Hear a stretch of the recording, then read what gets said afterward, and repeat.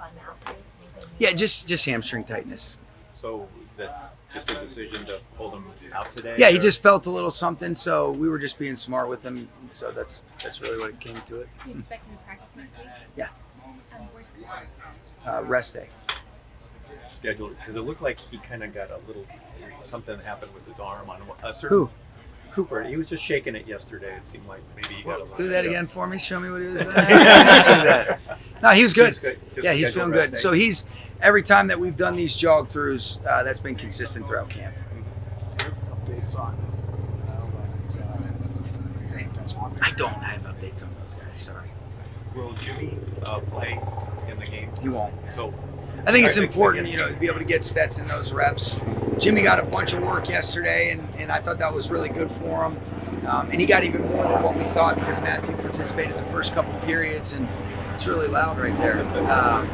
But I thought it was great work for both of those guys. And so Jimmy's played a lot of football. I think it's important for Stetson to be able to get those reps. Whether or not we take that same approach for the third preseason game, I haven't determined that. And really, because of the way that we looked at it, yesterday was really an important day to be able to get those practices. We have some guys that you want to be mindful of going into this game. Some guys that have gotten a bunch of yards, a bunch of work, and really, it's not exactly like a game, but I mean, we ended up getting on both sides of the football 107 snaps on each side with our first and second groups, and there was a lot of different things that took place. And so, after I finish up with you guys, we'll end up talking with Reggie, and I'll kind of have an idea. But all the guys that didn't play last week, that'll be the same thing, and there might even be a couple more guys that we hold out. Will you have your play callers be the same? I will, yes. Coach. So that's Mike and then is Chris, yes. Coach, how do you balance preserving players' bodies for the physicality of the season while simultaneously preparing them for the upcoming season? I think that's the goal of training camp, and really what we've done is that's why those joint practices are so important, because you get an opportunity to go against other teams' starters. You really are able to simulate what would be equivalent to a normal game's reps, even though it's not quite like that, but you're getting a bunch of different situations. And so the way we've tried to treat that, especially for guys that have played a lot of football, is those become their games. We're fortunate to get another one against the Texans next week, and so it's always something that we're just kind of figuring out how to manage. And then Aubrey will be the head coach, so it'll be really cool. I'll be up in the coach's booth, and he'll be doing his thing, and see if he throws the flag at the right times. Give him any tips on? No, he doesn't need. Listen, I wouldn't follow my lead, but he's ready to go. I mean, he's earned this right, and really, it's more of just going through some of the mechanics.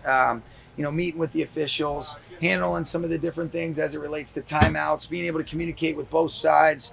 And again, we take these games we approach very differently, but I think to be able to get those reps for the leadership, role that he plays for our team, but also to be able to, get those chances. I remember when I got opportunities when I was in Washington, those were really cool things that I look back on and I really appreciate in hindsight that maybe I didn't realize how beneficial and valuable they were. And, like I've mentioned to you guys, he's earned the right of assistant head coach because of the influence and the positive effect that he has on everyone in this building. And so, really, I think it's a great earned opportunity, and he'll do an excellent job. And that certainly isn't exclusive to whatever the result is. It's more of the management and the way that you just handle everything, from the players to the coaches, and it'll be cool to see. Sean, you've come across, and especially in this building with the way you guys have built some of your rosters, guys sort of in their second acts, their third acts. Yeah.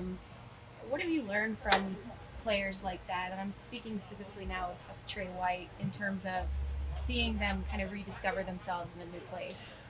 Well, I think each guy has its own individual story, Jordan, but he's such a special guy. He's all about the right stuff. Even when you get a chance, you watch him from afar and you think this is how he's going to be, and then he's even better when you get to know him and you meet with him on his visit and you hear the things he's passionate about with his family, with football, with the ability to overcome some of the things that he's gone through as he's had an incredibly successful career. But you go through injuries where you look at the Achilles, you look at the ACL and some of the different challenges that it forces you to go through, but where the real growth occurs.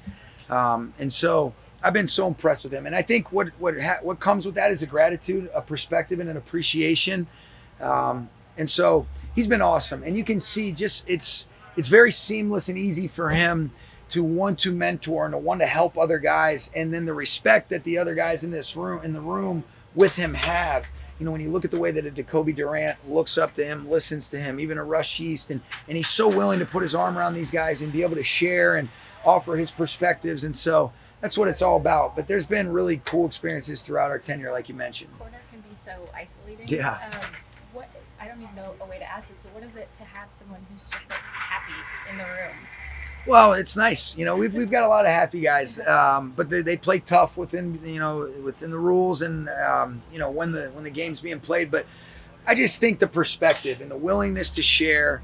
I got a funny feeling he's probably always been that way, but you gain some wisdom. He still is young, but he's got an amazing amount of experience and wisdom that he's gathered through his experiences at LSU or even in Buffalo, and to be able to provide that mentorship and then how receptive he is to Aubrey and to Coach Beek and to Mike Harris. It's been really fun to watch. Speaking of wisdom, you're doing a feature with Coach Yarber. Nice. He's got wisdom. What is it? I mean, here's a guy that, like, right where SoFi Stadium is, that's almost where he grew up. Sure. What have you seen from him in his time in terms of bringing out wisdom from coaching the other guys? Well, I've just seen as consistent a human as I've ever been around. He is, he loves these guys. He's so invested in them. Every time that you bring up Eric Yarber's name to people, you'll see them smile. And that's just, he's got a heart for people. He's always in a good mood, and it's authentic. Sometimes you get around people and you're like, no way, the guy's always like that. Well, going into year 8, this freaking guy's like that. And he's one of those guys that you don't want to let down. You want to be able to do right by him. And I think that's the way that his players play. They play for him. He coaches for them. He loves them. He's invested in them. And he truly cares about them more as a person than a player. We always talk about it being a transformational coach, not just a transactional coach. This guy epitomizes everything that's right about being a transformational coach. I love Eric Yarber. Can't say enough good things about him. Coach, with Stetson, after the tough week that he had last week, was able to finish the game. Just how was he able to bounce back with this week of practice? I think he's done a really good job. And even in the game, there was a lot of positives. And then anytime you're a quarterback and you turn the ball over, that's going to be a challenging situation to return from. But all we can do is the next right thing. And he did that on that last drive. And I was really impressed. And then, he got a lot of reps yesterday that he wasn't planning on getting any reps. That was exclusively going to be Matthew and Jimmy. He steps in there. Some of the things that he's able to see and feel, and then he can articulate what he saw after the fact. There's a great example yesterday. They had a little bit of a mix-up in their coverage, and guy was playing a cloud, and a safety was overlapping to the 3-receiver surface, and he ends up seeing Tutu on something that it's just like he's got a great feel, and it was an easy touchdown down the right sideline. And I've been really pleased with just his responses, and I think you guys saw that even when you talked to him after the game, and we were saying it on the headset. We weren't really surprised. Now, do we want to take better care of the football? Yeah, of course. But the fact that he was able to just stay steady and be able to put together that drive where there was a lot of really good positive plays in the midst of that, leading up to him being able to throw the touchdown to Miller Forstall, it was pretty impressive.